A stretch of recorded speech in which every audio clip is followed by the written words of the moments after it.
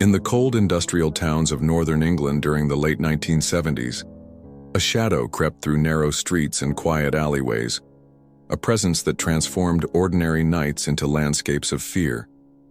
Women clutched their coats tighter, scanning every corner, every silhouette, terrified that the faceless predator might be near.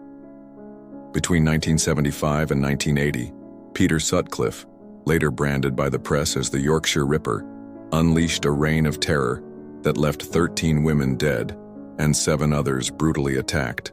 His name became synonymous with dread, his crimes carving wounds not only in families but in the collective psyche of Britain.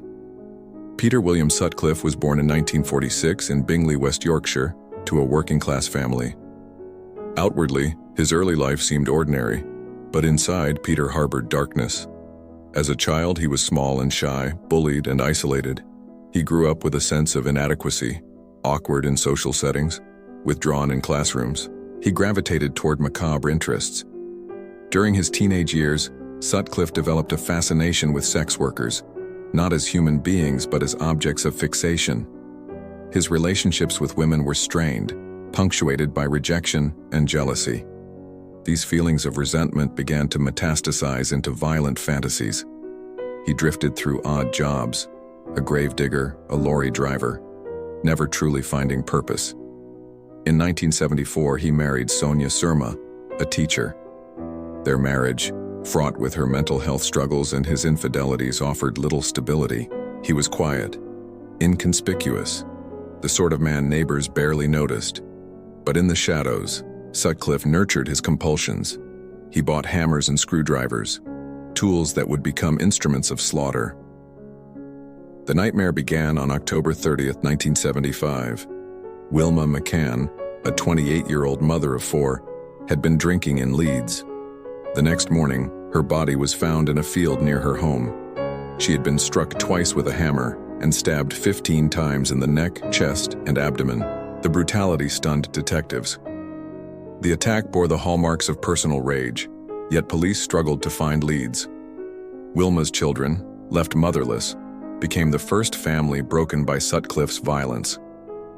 3 months later, Emily Jackson, a 42-year-old part-time sex worker, accepted a ride from Sutcliffe. He lured her to a secluded area, struck her with a hammer, and stabbed her repeatedly with a screwdriver. Her mutilated body was left in an industrial yard. Detectives began whispering about a repeat offender, a killer targeting women at night. But the pattern had only just begun. In 1976, Marcella Claxton, a 20-year-old walking home from a party, accepted a lift from Sutcliffe. He attacked her with a hammer, fracturing her skull. Miraculously, she survived, crawling to safety, her face and body scarred for life. She later gave a description of her attacker, but police dismissed it as unreliable, convinced the killer's victims were exclusively sex workers. Their blindness would cost lives. Over the next few years, Sutcliffe struck again and again. Irene Richardson, a 28-year-old mother, was murdered in Roundhay Park in 1977, her skull crushed, her body stabbed and mutilated. Police found tire tracks nearby but failed to match them.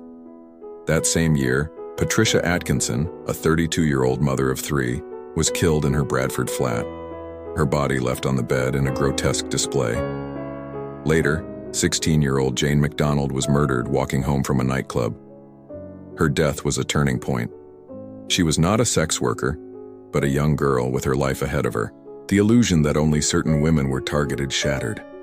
The public erupted in outrage. Headlines screamed of a predator loose on the streets. The phrase Yorkshire Ripper was born, evoking the specter of Jack the Ripper nearly a century earlier. By then, the investigation had become one of the largest in British history. Thousands of statements were taken, and files stacked to the ceiling. Yet Sutcliffe slipped through. He was interviewed multiple times, but each time dismissed. The police's obsession with the idea that the Ripper only targeted sex workers blinded them to his broader pattern. Their resources were stretched, their strategy flawed, and Sutcliffe thrived in the gaps. In 1978, Yvonne Pearson, a 21-year-old mother, was beaten and strangled, her body stuffed beneath a sofa on Wasteland. That same year, Helen Rittke, a 18-year-old sex worker, was found dead behind a timber yard, bludgeoned and stabbed.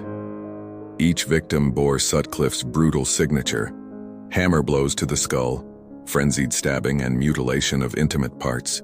The ferocity seemed to escalate, as if each murder intensified his appetite. In 1979, Josephine Whitaker, a 19-year-old bank clerk, was attacked while walking home. She was struck with a hammer, stabbed, and left on open ground. Her murder terrified communities further. She was not involved in sex work, dispelling any lingering notions of selective targeting. The realization spread: no woman was safe. By then, fear consumed Yorkshire. Women refused to go out after dark. Mothers walked their daughters home. Students canceled social plans. Streets emptied at night, haunted by the invisible predator. The police, under immense pressure, grasped at straws. Then came a cruel twist: a series of letters and an audio tape sent to detectives and the press, purportedly from the killer. The tape featured a man with a distinct Wearside accent, mocking police and claiming responsibility. Detectives fixated on the voice, pouring resources into the hunt for Wearside Jack. But it was a hoax. The real killer, Sutcliffe, was free to kill again. The hoax derailed the investigation for months, costing lives. Years later, the prankster behind the tape was unmasked, but the damage had been done. Between 1979 and 1980, Sutcliffe claimed more lives. Barbara Leach, a 20-year-old student, was murdered in Bradford, her body found in a back garden. Her death in a university town sent shockwaves through the student population.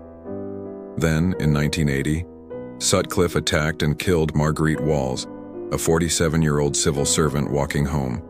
He also murdered Jacqueline Hill, a 20-year-old student at Leeds University, in November 1980. Each killing deepened the terror, and public fury at the police reached a boiling point. All the while, Sutcliffe maintained the veneer of a normal life. He worked as a truck driver, came home to his wife, and blended into his community. Neighbors described him as quiet, polite, even unremarkable. The duality was chilling. By day, an ordinary man; by night, a predator who bludgeoned women to death. Finally, in January 1981, Sutcliffe's luck ran out. He was stopped by police in Sheffield during a routine traffic check. Officers noted false license plates on his car. Brought in for questioning, he aroused suspicion. He matched witness descriptions and forensic evidence began to align. A hammer and screwdrivers were discovered, along with blood-stained clothing. Under pressure, Sutcliffe confessed. He admitted to the murders, calmly recounting details of his attacks.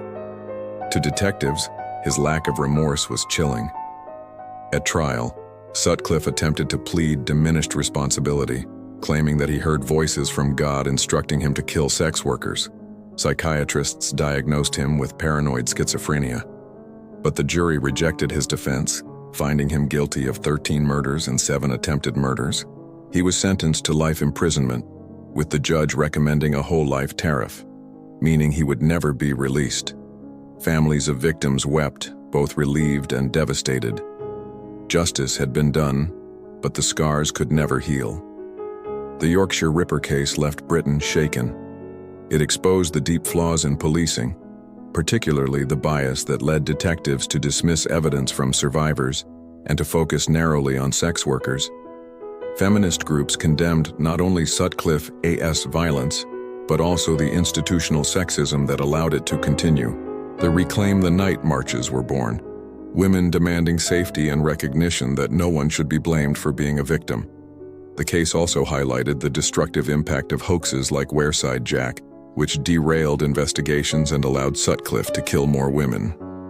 Peter Sutcliffe spent the rest of his life behind bars, dying in 2020 after contracting COVID-19. Even in prison, he remained a figure of revulsion, a man whose name evoked fear and anger. He never expressed true remorse, never gave comfort to the families he destroyed. He left behind a legacy not of infamy alone, but of grief, injustice, and lessons painfully learned. The Yorkshire Ripper reminds us that monsters do not always hide in shadows. Sometimes they are the quiet man next door, the truck driver, the husband who seems ordinary. His crimes also remind us of the danger of assumptions, of the deadly cost when victims are not believed, when prejudice blinds those charged with protecting the vulnerable. And yet, beyond his crimes, what must be remembered are the women whose lives he stole: Wilma McCann, Emily Jackson, Irene Richardson, Jane MacDonald, and all the others, each with a story, each with a future cut short.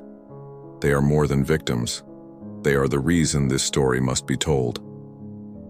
Don't forget to like this video, share your thoughts in the comments, and subscribe to Crimson Narratives for more haunting stories from the darkest corners of human history. Because only by remembering can we honor the victims, and only by telling these stories can we guard against the monsters who walk among us.